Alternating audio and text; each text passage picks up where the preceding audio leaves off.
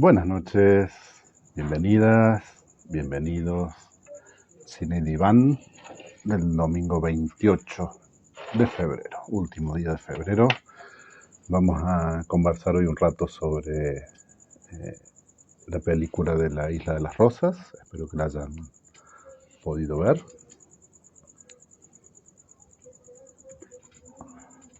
Película italiana muy reciente.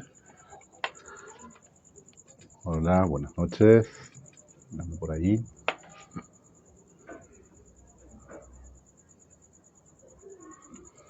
Bienvenidas, bienvenidos. Bueno, vamos a aprovechar este ratito antes de empezar a hablar de la película para contarles algunas cosas que quizás ya sepan, pero que está bueno reafirmar y comentar con quien no haya visto y escuchado el mensaje de Andrés de ayer, de Andrés Urrutia.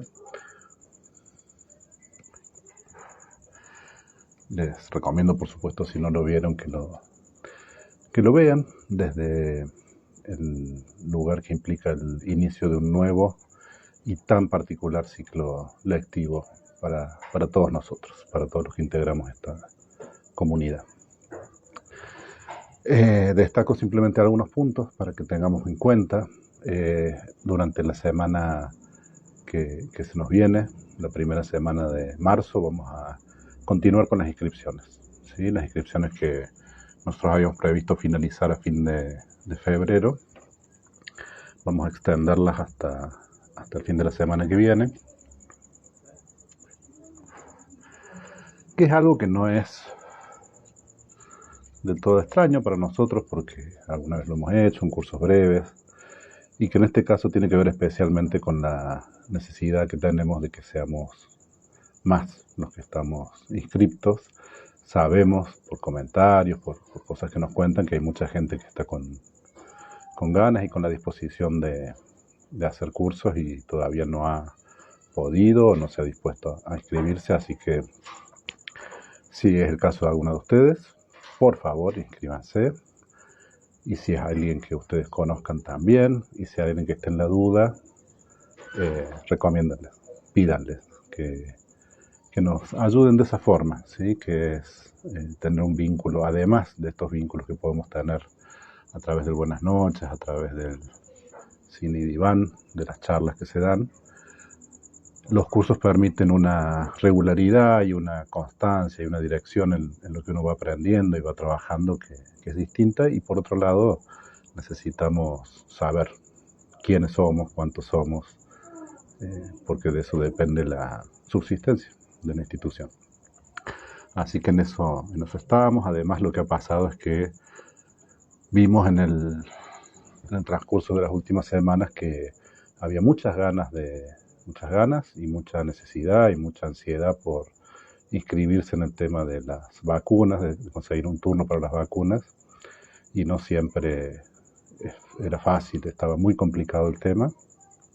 Así que hemos dedicado muchas energías y mucho esfuerzo, principalmente de algunas de las chicas, de la Dani, de Ailén, y también gente que se ha puesto voluntariamente, como Teli, como Vivi. Bueno, no quiero olvidarme de nadie, pero gente que ha puesto muchísimo esfuerzo, muchísimas ganas, y eso también nos lleva a dedicar un poco de esta semana que viene a terminar esa tarea que nos parece central, tanto para nosotros mismos, digo, como parte de esta institución que queremos estar todos ya vacunados para iniciar el camino del retorno a las aulas, y además porque nos parecía que era importante como parte de una comunidad más grande, que es la población de Córdoba, estar ahí presentes en eso. Así que bueno, todo eso nos lleva a pensar en un inicio de clases a partir del lunes 8 de marzo. De todas formas, quienes estén inscritos en los cursos, en el transcurso de esta semana que viene van a ir recibiendo información de parte de los profes. También esta modalidad implica que uno tenga que armar un grupo, que ponerse en contacto, que explicar cómo funciona, así que nos va a dar esta semana el tiempo para hacerlo. Bueno, voy a saludar porque mientras charlaba he visto que pasaban algunos nombres. Hola María Teresa, buenas noches. Hola Maite, hola Adriana, Viviana Vargas, buenas noches. María Eugenia Nores, gracias. Bueno, como siempre, para mí, por más que sea un poco repetitivo, nunca sobra aclarar que es un agradecimiento mutuo. Y también vale a colación de lo que decía antes, ¿no? Porque si bien nosotros hacemos y vamos a seguir haciendo todos los esfuerzos que estén a nuestro alcance para estar, para acompañarlas, para no dejar de estar presentes, sabemos que eso se ve ampliamente retribuido, en parte con la presencia de ustedes acá, que yo les agradezco en este mismo instante, que no es hoy, que es siempre, y además con esa presencia en los cursos, ¿no? Con ese acto de inscribirse, muchas veces motivado por el amor a la institución y por querer estar.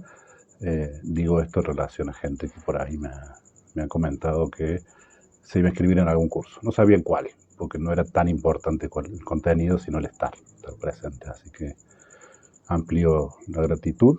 Muchas gracias. Porque todo esto significa un esfuerzo muy grande. La virtualidad implica mucho esfuerzo, mucha disposición a tomar algo que no es lo que uno quisiera, no es como uno quisiera, y sin embargo es lo que se puede, y eso implica un gesto de disposición y de estar que también agradezco en nombre mío y en nombre de toda la gente que está en el CEPRAM, que trabaja en el CEPRAM y que, como ustedes irán viendo a medida que vamos charlando, hemos atravesado muchos momentos difíciles este último tiempo, pero quizás esta última semana ha sido de las más duras, así que redoblando las fuerzas, los esfuerzos, las ganas, que se hace tan difícil y tan cuesta arriba a veces en estos tiempos donde las circunstancias son tan adversas. Eso era, perdón, todo eso era respuesta a las gracias de María Eugenia y la retribución. Esas gracias. Hola Inés. Qué lindo tenerte en un curso. El curso que damos con el profesor Gastón Moacén es muy lindo curso, sobre todo porque está Gastón, que es un gran profe. Y yo aprovecho a meterme y a decir algunas cositas ahí. Hola Laura, buenas noches. Hola Rosa, buenas noches. Maite, habíamos saludado, gracias. Hola Ana María. Hola Inés. Hola Olga. Bueno, gracias. Gracias por estar ya inscripta. Hola Laura Boitea. Y hola Susana Elena Turtur.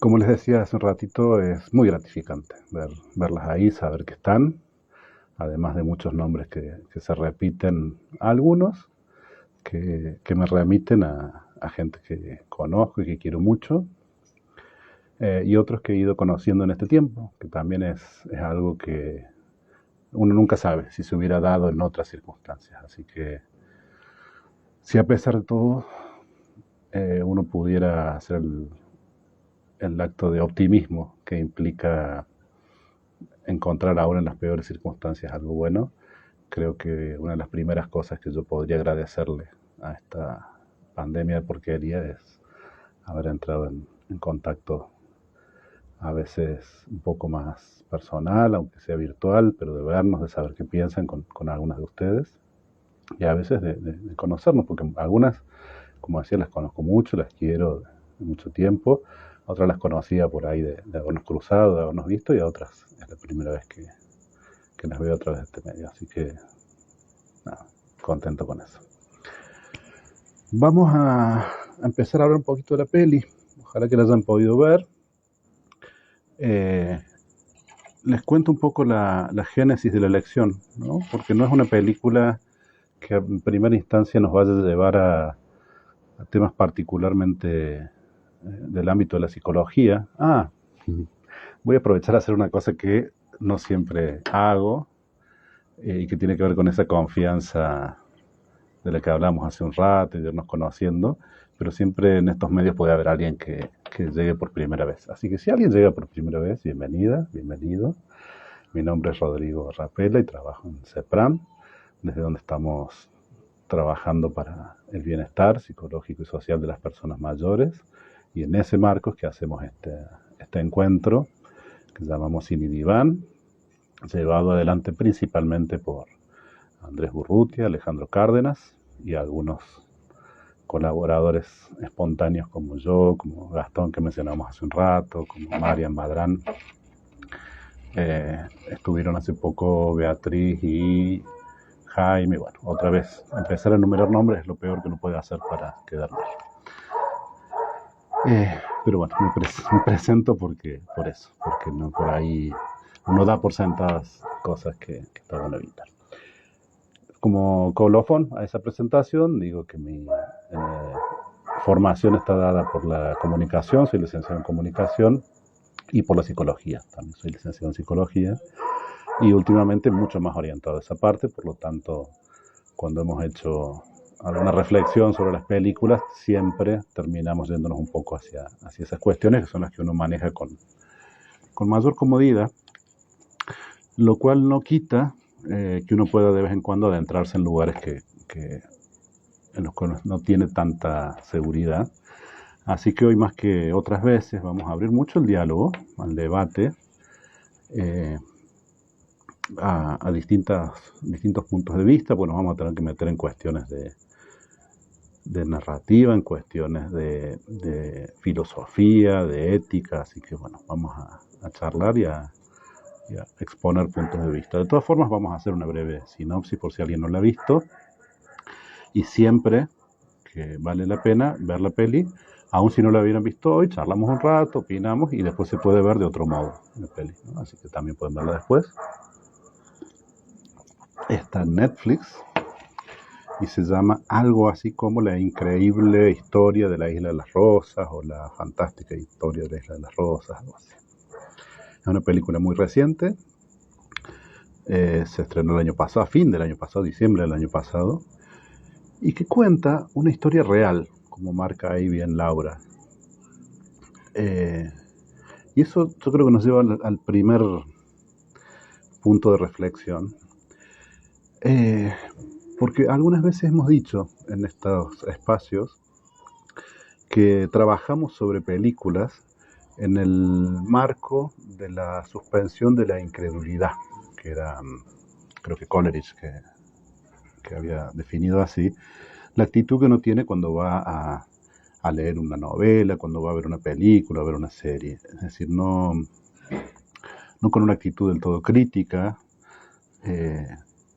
porque si uno se pone demasiado estricto, no dejan de ser actores que están representando un papel y que en realidad después, al final de cada día, terminan su papel y son otras personas, y que no son en realidad un ingeniero italiano, como no son ninguno de los personajes que uno ve.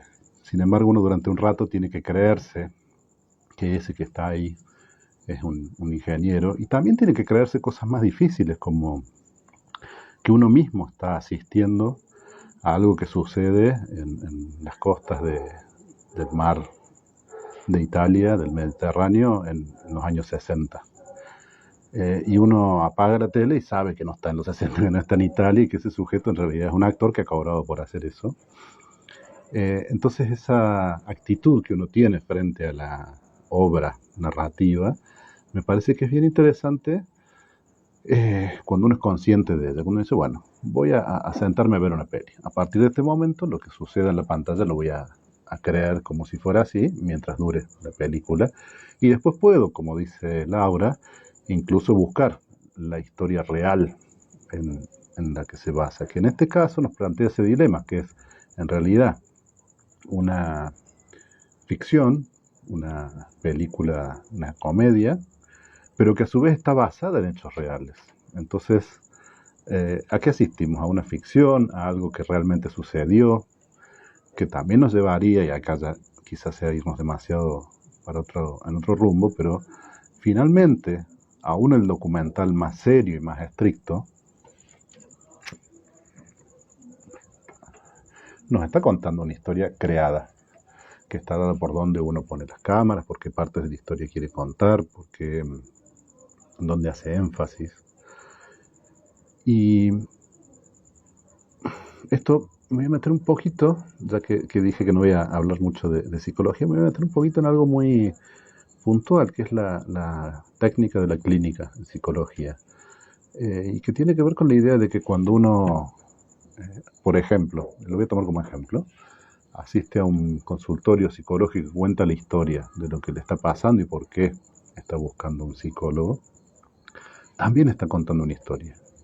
A veces es más consciente el recorte que uno hace y a veces no lo es. Y yo creo que eso es lo más interesante, porque cuando uno se cuenta a sí mismo su historia, también hace un recorte y una interpretación.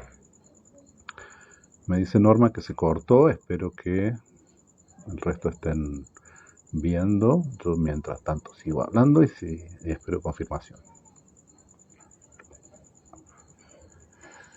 Para cerrar un poquito esta idea que fue divergente, me nace a partir de esta idea de que, bueno, pero es la historia de la Isla de las Rosas, de este ingeniero, Giorgio Rosa, que decide crear esa isla y después convertirla en una república.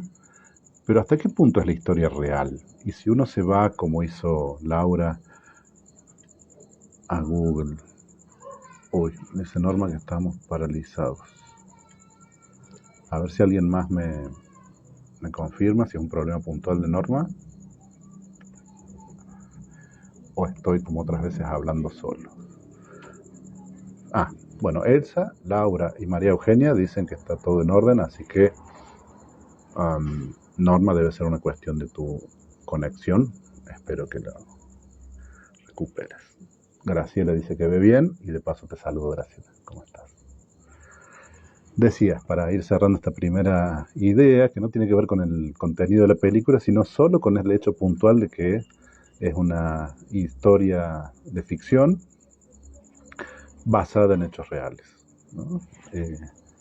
Por otro lado, y ya que lo hemos mencionado a Gastón, yo una vez lo he charlado con Gastón, finalmente toda historia de algún modo está basada en hechos reales, porque está basado en la vida y en las vivencias y en las ideas que puedan tener los autores, ¿no? Pero quería aprovechar para hacer esta primera introducción y más que nada para meter algo un poquito más psicológico, después nos vamos a ir para otros lados, de que finalmente nosotros vemos la historia que el director, que se llama Sibila, creo, hizo sobre esa historia y que por supuesto no es del todo fiel y que, peor aún, si uno tuviera acceso a todos los documentos de la época, que es lo que haría un historiador, tampoco tendría muy claro cuál es la historia real, porque depende si uno lee unos diarios o lee otros. Piensen como ejemplo eso, ¿no? En este momento en el que estamos, y sin meternos para nada en un posicionamiento, pero si de acá a 50, 100 años, alguien quiere reconstruir la historia de la Argentina en esta época me refiero a los últimos años, va a depender mucho qué diarios de la época busque, ¿no? Porque una de las cosas que puede hacer un historiador es buscar diarios de la época, o en nuestro caso, grabaciones de radio, de televisión.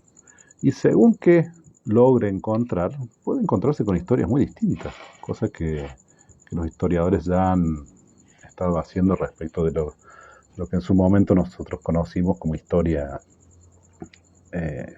llamémosla oficial, ¿no? Y poner en duda cosas que daban por sentadas. Pero bueno, primera cuestión es la historia de Giorgio Rosa, es la que vemos aquí, representada por actores, muchos años después de que sucedió, y de hecho, unos pocos años después de la muerte del propio Giorgio, que murió en el 2017 con más de 90 años, 92 creo que tenía.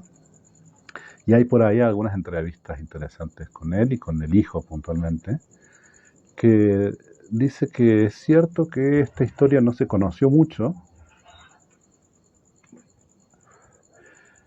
ni fuera de Italia, y que dentro de Italia no se acordaban mucho de la existencia de esto, que en su momento causó tanto revuelo. Pero él añade un dato que a mí me parece interesante, que es que el propio Giorgio no estaba muy interesado en volver a recordar esas épocas, que si alguien le preguntaba estaba dispuesto a charlar un rato, pero no era un tema que él sacara nunca, ¿no? Que él quedó muy triste después de cómo se resolvió todo y que era una época muy dura de su vida y probablemente, esto yo no me acuerdo ahora si es una suposición de su hijo o del periodista que lo entrevistaba, pero probablemente arrepentido, ¿no?, de algunas cosas.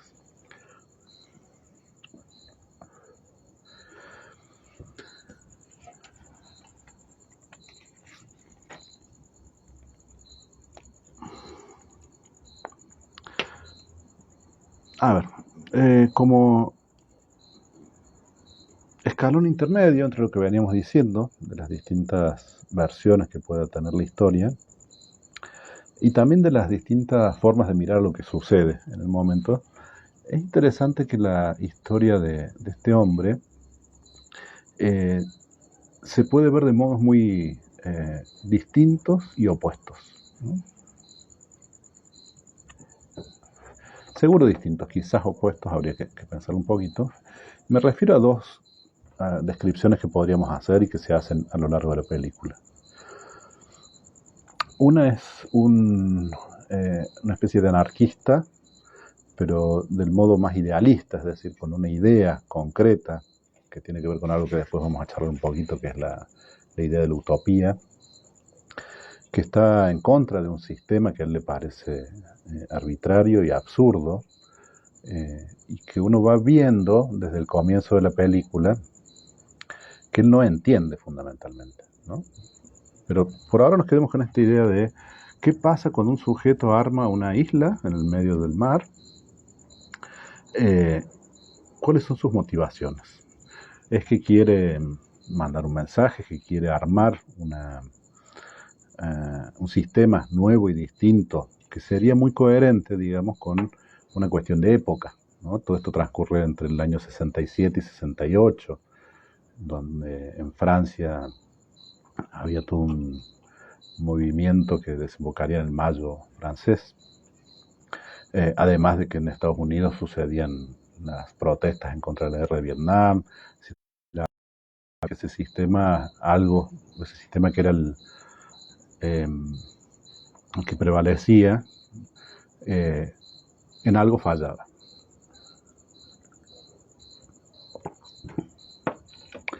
Me detengo a leer el comentario de Maite, dice, me parece, perdón, lo voy a hacer mejor con anteojos. Me parece que fue un ingeniero con pensamientos firmes, creativos, idealista, que quiere actuar. Ay, se me fue. Ahora sí me parece que se me cortó un poquito, así que confírmenme.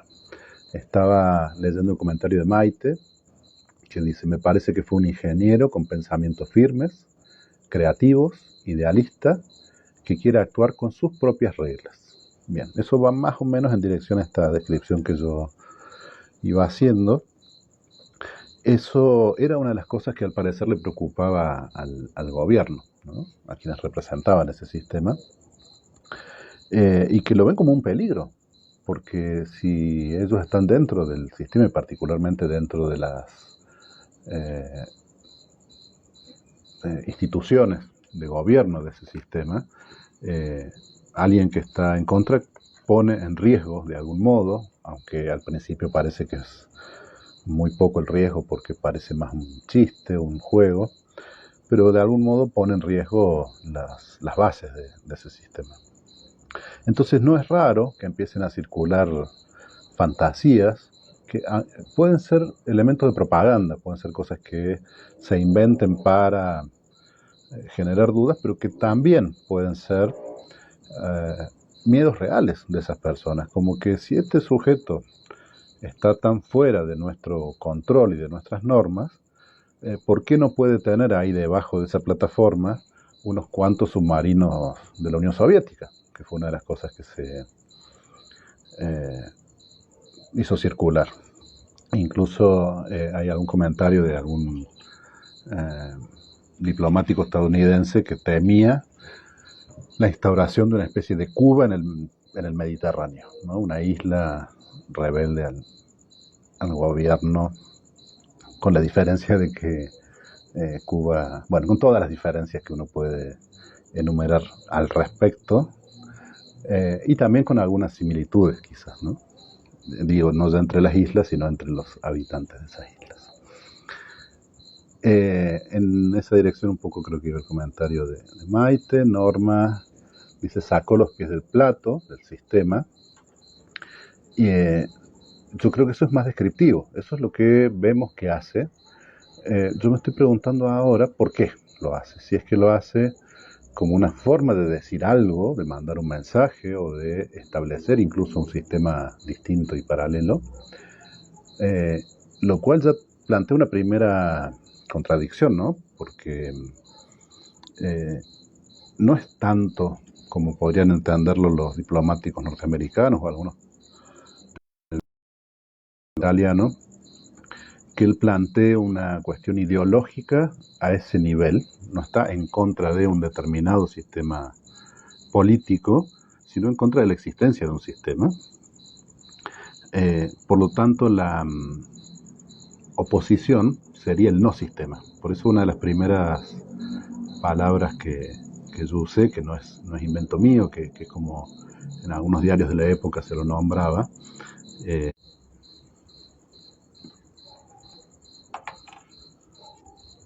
bueno, estamos con algún problemita de conexión a pesar de que, según mi teléfono, tenemos buena señal. Bueno, continuamos. Si vemos que se repite por ahí, pruebo cambiar de sitio. Espero que sigan ahí. Maite, hubo desafíos políticos. Sí, podríamos decir es un desafío político. Y ahí viene un poco la vueltita del rulo de donde yo iba un poquito al principio. Todo esto que estamos diciendo es una forma de verlo. Otra forma de verlo, y que quizás esté más puesta en el personaje de Rudy Neumann, el alemán, es salirse del sistema y sacar los pies del plato, como decía recién Norma. Entre otras cosas, permite un gran negocio. Permite abrir una discoteca donde no hay que pagar impuestos, donde no hay ningún tipo de regulación, donde se pueden hacer las cosas que uno quiera porque están, estrictamente hablando, fuera del alcance de la ley. Entonces, tenemos una versión que está en contra de la existencia de leyes, que sería esta más idealista, y que dice yo quiero una república libre, y está una versión, voy a llamar un poco más especuladora, que es yo quiero que no me cobren impuestos, quiero poder hacer lo que yo quiera sin que me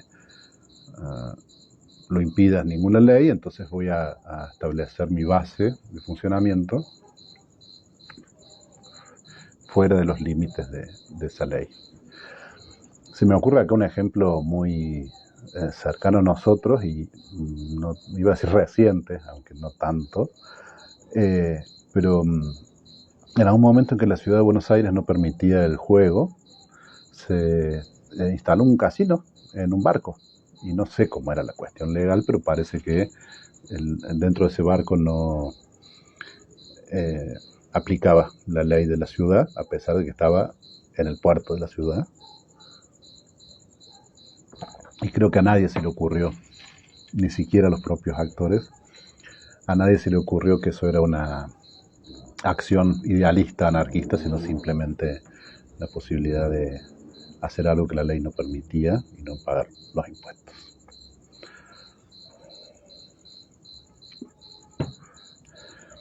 Olga dice, son jóvenes que quieren cambiar el mundo y deciden crear el mundo con el que sueñan. Volvemos a la versión anterior, ¿sí? Más idealista. Entre estas dos versiones que yo creo que estamos dando, la película es bastante ambigua y a mí me pareció bien interesante eso, porque no muestra, quizás tenga que ver con el tono, ¿no?, de la película, que es más que nada una comedia, pero no muestra una cosa de solemnidad en la constitución de una nueva nación y en la defensa de unos ideales, sino que la conjuga con esto de que finalmente, y es la duda que le plantea Gabriela, la que ha sido su novia, que le está tratando de recuperar. Finalmente esto es como una discoteca. ¿Qué nación y qué ideales? Una discoteca. Así voy a tener que moverme definitivamente porque además de las cuestiones de la señal, está empezando a chispear. Dice Norma, en la época de la ley seca, barcos, casinos, alcohol, etcétera, van fuera del límite. No sabía, pero vale como ejemplo también la ley seca en Estados Unidos, supongo que te referís. Hola China, buenas noches, cariños para vos. Acá Norma introduce algo que me parece interesante, yo no había pensado. Lo hace por inseguridad en sí mismo, no aceptado por el entorno. Voy a hacer una cosa, me voy a tomar nota de esto, a ver si lo retomamos en un ratito. Porque de paso me permite volver a cuestiones más psicológicas. Inseguridad, vamos a poner. Sigo un poquito de comentarios. Olga Giorgio Rosa se propuso construir una micronación que pretendía ser un símbolo de libertad. Sí, y también se propuso construir una discoteca. La única norma era que no había normas. Eso sí, me parece que nos lleva a una potencial contradicción en esto que decíamos de que él no plantea un ataque ideológico, o mejor aún, no plantea un ataque a una ideología particular de cómo funciona el sistema en Italia, sino que plantea que no hay sistema válido y que un poco tiene que ver con lo que hace un rato decía Norma, que tiene más que ver con él, con su propia incapacidad de seguir normas, pero que también a lo largo de la película empieza a establecer una contradicción porque para sostener ese espacio de supuesta libertad absoluta, de que la única norma es que no hay normas, hay que hacer una constitución, hay que tener un presidente, hay que tener una serie de ministros y hay que empezar a negociar con Naciones Unidas y con el Tribunal de Estrasburgo, es decir, tareas sumamente vinculadas a lo institucional y a lo legal. Es decir, que si la idea era que fuera un espacio donde no hay reglas, ¿qué sentido tiene que haya un presidente o que haya una constitución? ¿No? Viviana Vargas se acuerda del casino flotante que mencionamos hace un rato. E Inés dice, todo bien, es un joven rebelde, acorde a aquellos años, querían cambiar el mundo, nada que ver con el posmodernismo. A ver si logro captar por dónde vas, Inés. Lo primero que me viene a la mente respecto al posmodernismo es que todo lo que yo dije al principio respecto de la ficción, las historias reales y la imposibilidad de sostener una idea única de la historia es el núcleo de la posmodernidad. Así que no sé si eso iba orientado a eso, creo que no.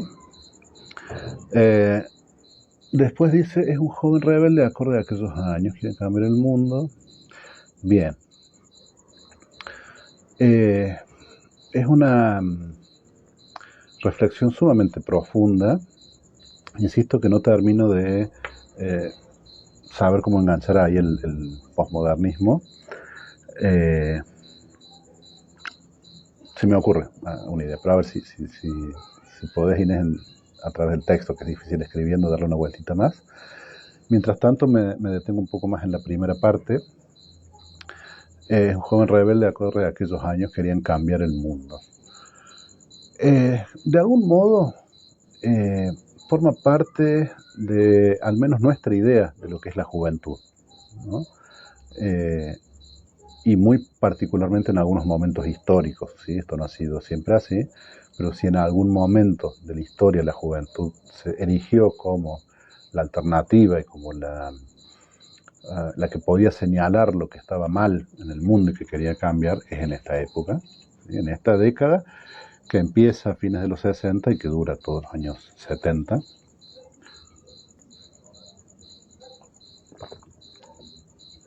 Pero quizás, acá vamos a meternos un poquito en esto, quizás uno puede pensar también que el marco de posibilidad de esto es el sistema al cual están atacando, ¿no? Otra vez, tratando de no tomar una posición demasiado clara, por mi parte, pero sí que, yéndonos un poquito más adelante en el tiempo, a los años 70, la mayor parte de esos jóvenes que decían luchar con el sistema eran hijos de ese sistema, y en gran medida podían hacerlo por lo que sus padres habían gestado y sostenido, ¿no? Insisto que no es una toma de posición, no estoy diciendo que le quite eso nada de validez, pero sí, pasado el tiempo, y es fácil pensarlo hacia ahora, creo que no deja de ser un grupo de gente que desde su bienestar plantea que las cosas debieran ser distintas, ¿no? Interrumpo con esa frase porque me estoy empezando a mojar. Me voy a correr un poquito allá a ver si es suficiente. Denme un segundo.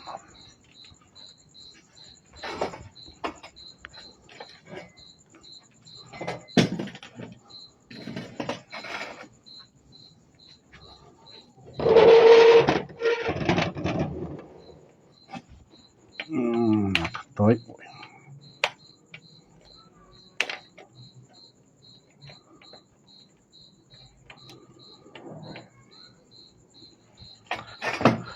Bueno, a ver cuánto aguanto acá. Si se larga más fuerte voy a tener que migrar de acá también. Cosas que no deben mojarse. Papeles que se mojarán.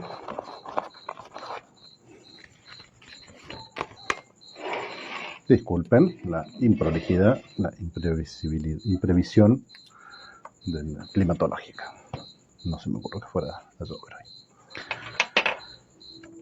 Termino un poquito la frase. No, voy a aprovechar la interrupción para dejar ese camino que no estoy seguro de por dónde llevaba.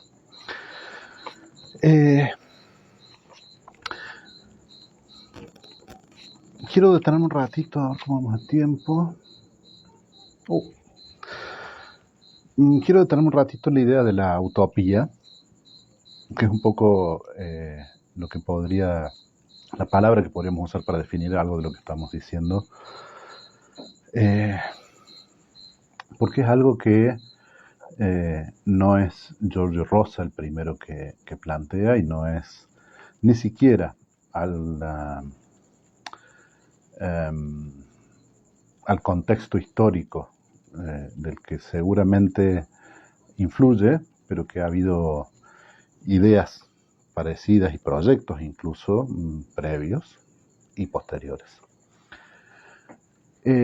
Voy a volver un poquito sobre el principio casi de todo, cuando les decía la idea, de dónde sale la idea de hablar de esta película que nos lleva por caminos que quizás sean un poquito ajenos a lo que solemos mirar en las películas. Y tiene que ver con que hace un tiempo alguien me contó, hace un mes, pongamos, alguien me contó que estaba esta película y me llamó mucho la atención,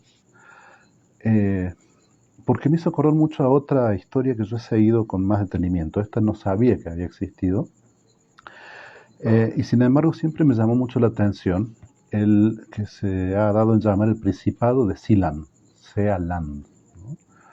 La tierra en el mar sería. Y me voy a detener un poquito a contar algunas cosas porque tiene algunas características muy similares a lo que sucede en la película, y otras que son distintas pero que nos van a abrir caminos para pensar. Por ejemplo, ¿qué hubiera pasado si esto se hubiera mantenido un poco más en el tiempo? Sealand se parece un poco incluso físicamente, porque es una plataforma en medio del mar. En este caso es una plataforma que está en el mar Mediterráneo, y que fue construida originalmente en la Segunda Guerra como medio de control de ese mar y de contención por parte de los británicos de la posible invasión alemana que venía del continente. Es parecida, aunque en realidad en vez de muchos pilotes tiene dos grandes torres y encima una plataforma que las une y está en medio del mar. Ahí les escribo, porque si van a confiar en mi pronunciación del inglés, vamos mal.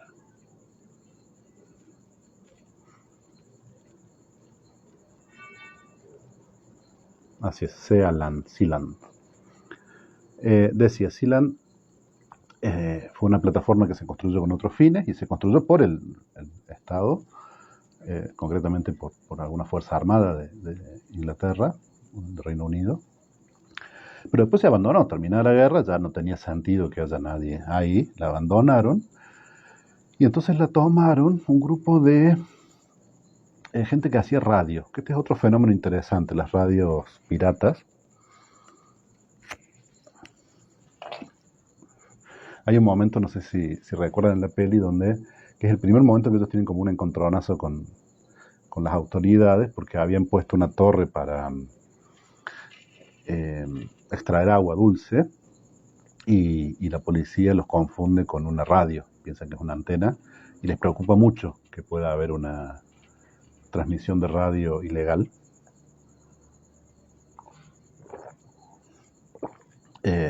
Y en ese momento, cuando queda claro que no, ya no les preocupa.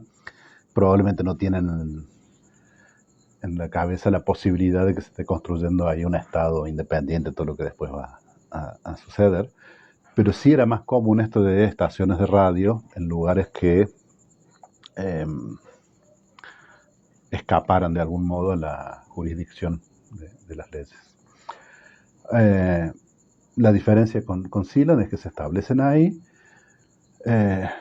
No sé finalmente qué pasa, los relatos que hay no cuentan qué pasa finalmente con el tema de la radio, pero sí que empieza a establecerse una población permanente.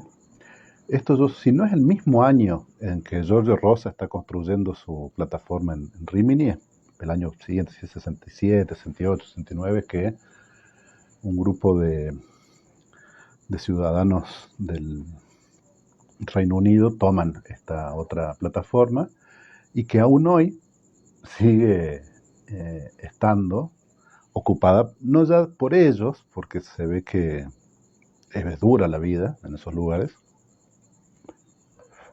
pero sí por gente que ellos han o elegido o contratado para que vivan ahí. La población estable creo que son 1 o 2 personas, pero el primero que se estableció ahí se nombró príncipe de Sealand y estableció una monarquía constitucional, por lo tanto su hijo heredó después el trono de ese lugar.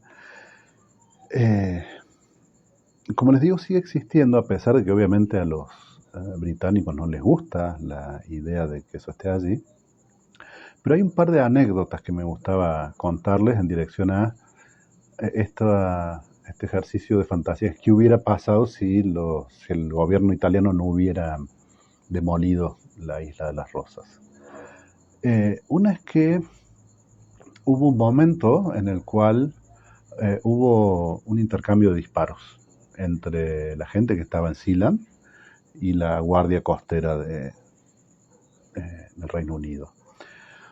Como les decía un poco al principio, aún cuando uno habla de historia y no de fantasía, siempre hay más de una versión.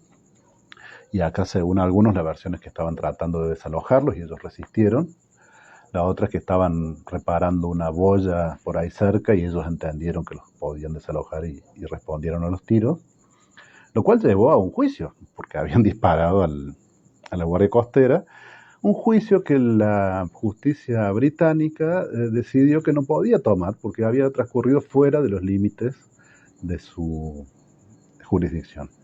Lo cual los habitantes de Sealand tomaron como un reconocimiento de su soberanía. Y el otro evento también un poquito trágico pero interesante es que hubo una especie de golpe de Estado. En un momento en que Roy Bates, que es el que se había declarado príncipe, no estaba, unos que se quedaron decidieron sustituirlo, ante lo cual él volvió y retomó por la fuerza ese espacio, por la fuerza, quiero decir, armado. Algunos de los que se habían sublevado los expatrió, los mandó, los echó, y a uno no, porque tenía pasaporte, que es una cosa interesante, tenía pasaporte de Sealand, entonces lo consideraron traidor. Y el sujeto, más allá de tener un pasaporte de Sealand, era ciudadano alemán, parece, así que el gobierno alemán intervino, le pidió al gobierno inglés que interviniera, el gobierno inglés, haciendo referencia a ese dictamen de la justicia de tiempo atrás, dijo que no podían porque estaban fuera de su jurisdicción.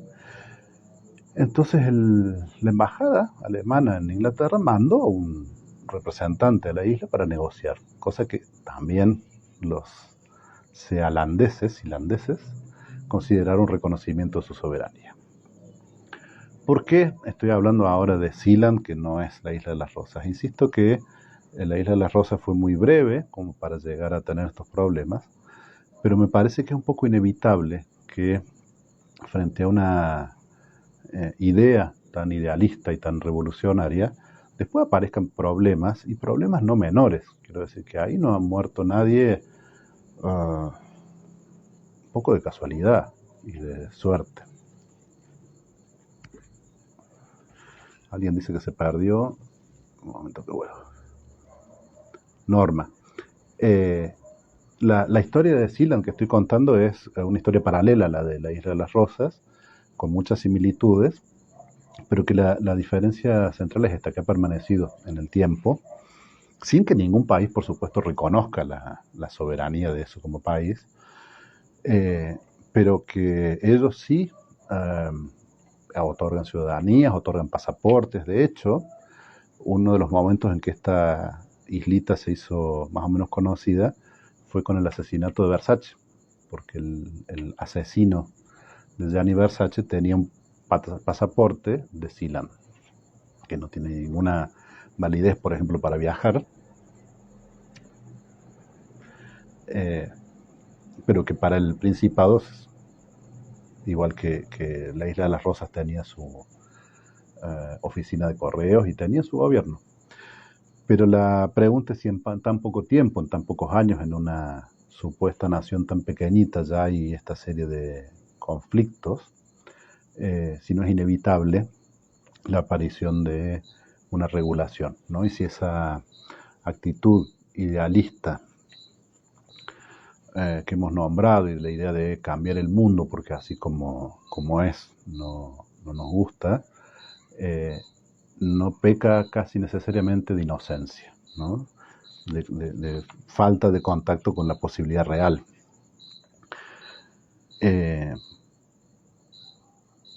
Y que finalmente lo que puede suceder es que en ese espacio que se ha constituido como un lugar sin normas, donde no hay ninguna restricción a la libertad, en algún momento no tiene que aparecer una norma, una regla que establezca algunos límites a la libertad, porque al parecer los seres humanos no podemos prescindir de eso en nuestras interacciones. Quiero decir que es inevitable, aún en ámbitos tan pequeños, y podríamos nombrar más pequeños todavía,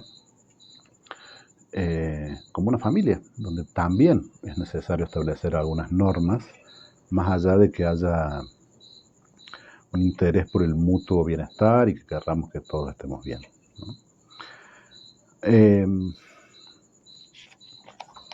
Entonces, hablando un poquito de la inocencia que pueden tener estos proyectos, voy a tomar lo que decía Norma hace un rato respecto de las motivaciones del ingeniero Rosa, que no dejan de ser un poco, no solo idealistas, sino también un poco ajenas a la realidad. Y voy a tomar como ejemplo la una de las primeras escenas donde uno va viendo la personalidad de este hombre, en que él la lleva a su ex en el auto que ha construido, y que al principio a ella le parece fantástico, qué bueno que construiste un auto, pero después cuando los para la policía y les pide los papeles del auto, él no puede entender por qué es necesario que haya un sistema que regule esas cosas, ¿no? Eh,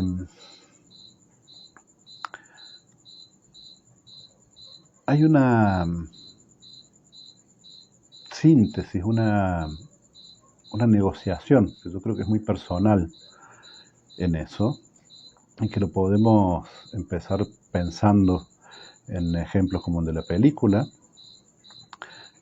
donde hay normas que efectivamente pueden ser opresivas, hay sistemas que efectivamente pueden ser demasiado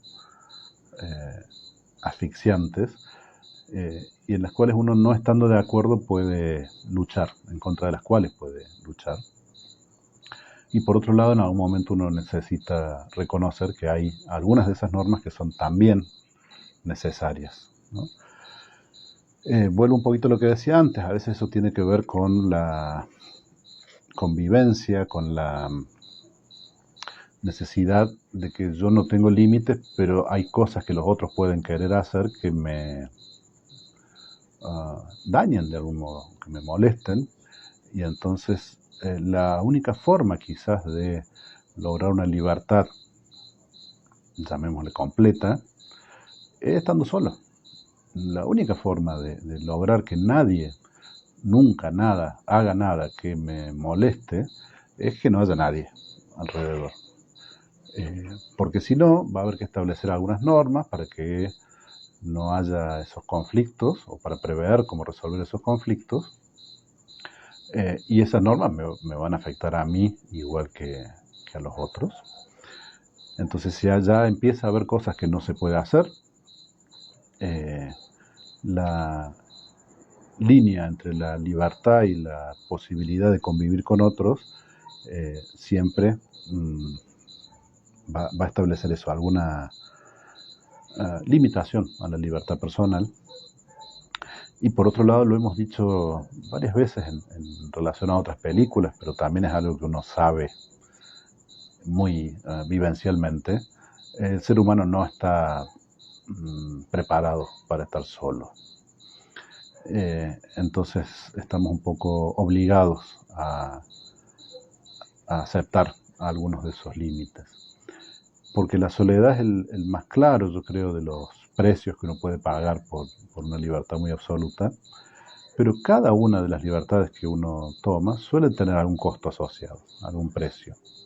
Y en eso también es interesante la película, que muestra en un par de momentos, me parece muy claramente esto, ¿no? Cuando muy al principio él va a pasar su primera noche en la isla, y que parece que por fin lo ha logrado, y que tiene su isla que está fuera del límite de las aguas que controla Italia, y está todo bien hasta que viene la tormenta.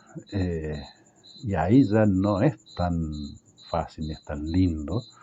Y digo, esto podríamos ampliarlo a que sí, es una cuestión puntual, porque después sí va a construir unas paredes y va a estar un poco más resguardado de las tormentas, pero uno podría pensar qué pasa cuando hay una necesidad de salud, como cuando hablan acerca del nacimiento del hijo. Por ahí tenían todos los nombres. De Franca. Franca, que es la chica que atiende el bar y que decide, después hay otros motivos, vemos, pero que en principio lo que ella dice es que tiene que volverse para parir en Italia. Entonces ahí está un poco esta cuestión de que el idealismo y la libertad tan absoluta tiene los límites de cuando uno necesita a los otros. Necesita una partera que le ayude con eso, o necesita, no sé, un bombero que apague un incendio, si es el caso. Que entonces es una, decía, síntesis muy personal de hasta dónde uno puede, quiere adaptarse, que finalmente de eso estamos hablando, adaptarse a unas normas de una sociedad, o tratar de cambiarlas. Los dos caminos en principio son válidos y cada uno de nosotros tendrá un valor distinto para regularlo. Y lo último, en relación a los costos que puede tener la libertad, que también queda muy claro en la película, es que también esa decisión tan libre de Giorgio, vuelvo a mirar mi lista de nombres, termina afectándolo al padre, que ni había opinado ni estaba de acuerdo, pero termina quedándose sin trabajo por esto. Entonces, más allá de que la mirada de la película es un poco de buenos y malos, y parece que los malos están dispuestos a hacer cualquier cosa, los malos son el gobierno, es interesante la idea de que cuando uno toma decisiones, no solo está en juego lo que a uno le pase, sino que esas decisiones van a afectar a otros y probablemente de modos no directos, porque no es que la isla le produjo directamente algún perjuicio al padre, o si lo fue en su idea de que quería que sea su hijo y cómo se comporte, pero a veces de modos muy fuertes e imprevisibles, como de repente este hombre que ha sido un gran trabajador se queda sin trabajo, ¿no? Bueno, habría algunas cositas más que decir, pero se nos ha hecho largo. Gracias, Norma, que habla de ansiedad y gran insatisfacción, hablando de Giorgio, y dice muy bueno lo que dijimos sobre soledad y libertad. Es una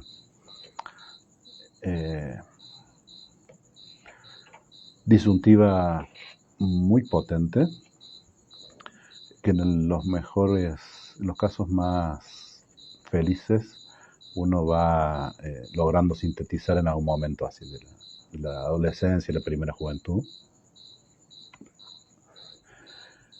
Lo cual no implica que a veces uno sienta como una derrota, ¿no? Con esto vamos a cerrar. Muchas veces ese idealismo es tan potente que después cuando uno lo mira en retrospectiva, puede sentir que ha sido derrotado o que se ha rendido frente a los poderes, frente al sistema. Y en realidad yo creo que, para volver a algo donde no puedo opinar con un poquito más de margen, más psicológico, es algo que en realidad es mucho más profundo, que tiene que ver con la convivencia y con cómo los otros nos influyen para bien y para mal. Lo que los otros hacen nos afecta y lo que nosotros hacemos afecta a otros, y que hay que encontrar puntos de contacto, porque si no, como dijimos, la única alternativa es no estar con otros, y eso siempre es la peor de las respuestas y de las soluciones. Voy a cerrar con algo que tiene que ver también con lo que decíamos de la utopía, que es un poco más personal y tiene que ver con lo que decíamos al principio de lo institucional, y hasta un poquito sentimental, si es que eso estuviera mal. Antes que eso, les agradezco mucho su presencia, su participación. Como siempre, es un gusto descubrir con ustedes estas miradas sobre películas que uno podría ver y ya, y sin embargo puede ver y darle tantas vueltas gracias a la charla y al diálogo que se da. Especialmente hoy, donde yo siento que parte de lo que yo personalmente he dicho es más personal y menos académico. Pero bueno, la idea era abrir alguna charla que creo que ha sido fructífera. Y quería cerrar con esto. Cuando la vi, que además fue después de toda esta semana que yo les digo que ha sido muy, muy dura para nosotros como institución, la primera sensación que tuve fue que el hablar de esa película hoy con ustedes me remitía a las últimas escenas, donde están todos ellos tomados de las manos y bancándose los cañonazos del acorazado, del barco que sea, que es una empresa un poco quijotesca, leí por ahí, que es la lucha de alguien más débil frente a un enemigo que parece implacable.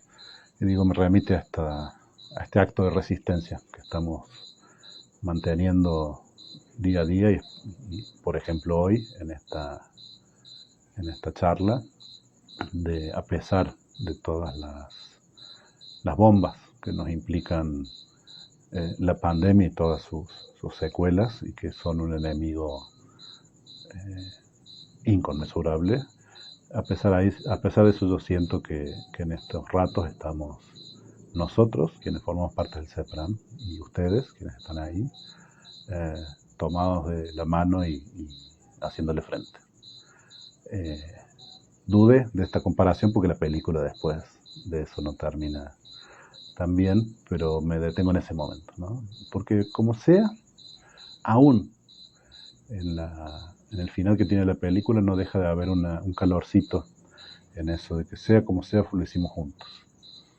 Así que más allá de cómo siga todo y que vamos a hacer todos los esfuerzos para que no se nos hunda ninguna isla más, gracias por estar, por acompañarnos y por resistir los embates de un ataque tan duro y tan certero como ha sido esta pandemia para nosotros. Nos vemos pronto en algún cine de Iván y si no en algún Buenas Noches, con algunos de ustedes por ahí en algunas clases.